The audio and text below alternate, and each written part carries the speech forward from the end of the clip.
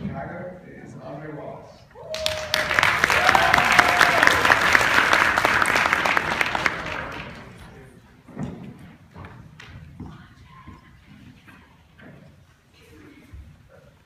Okay.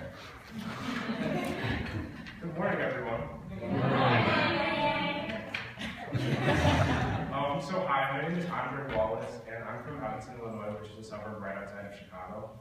And I'm a senior at Evanston Township High School, and I'll be attending the University of Pennsylvania this fall, sorry. So I was blessed to grow up and spend the majority of my childhood overseas. And I spent 2 years in Tokyo and 2 years in Singapore, and while I was living overseas, I learned two very important things that basically helped me do this project. The first was about inclusion.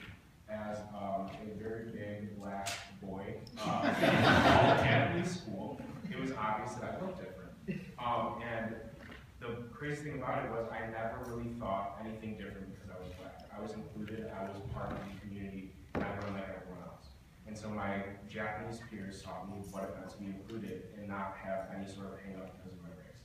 When I moved to Singapore, I learned what it meant to be an agent for positive social change. I learned that it is my responsibility as an individual, as a person in this society, to care about other people and to help other people when you are fortunate yourself.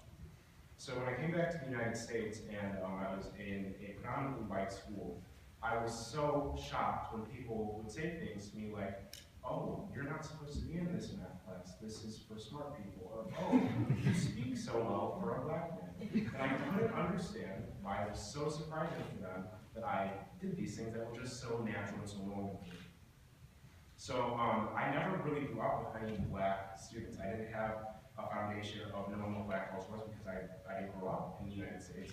But when I got to my high school, Evanston Township High School, which is extremely diverse, I was so excited because I was finding the people who looked like me.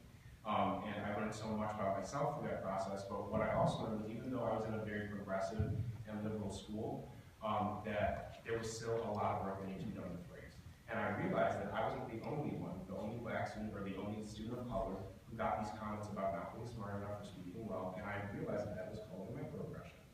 So the summer going into this year, my senior year, I gave up football to pursue really working on diversifying my community.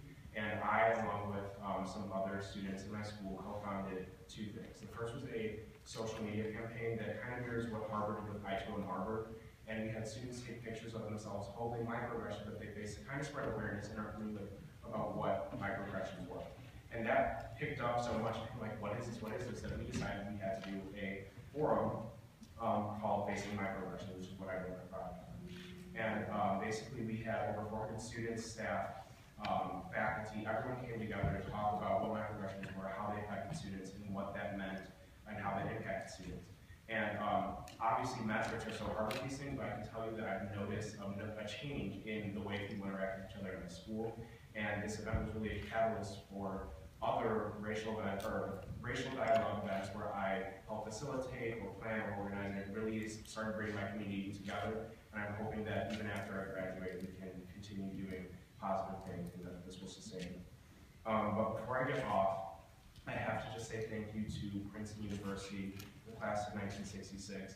Everyone who made this event possible, because I could not, I just learned so much from this entire experience, meeting every one of you here. I mean, it's just been incredible. I'm sad that it's over after this. And I have to thank my parents who came out to support me from Chicago. I would not be doing what I'm doing or having these experiences without them, so thank you, thank you, thank you. And lastly, I have to thank everyone at my school, my administration, the other co-founders, because they were really, I've been so supported by everyone, and the other students who did this work with me, they're not here, but they really helped make this possible, and I have to thank them for that, so thank you.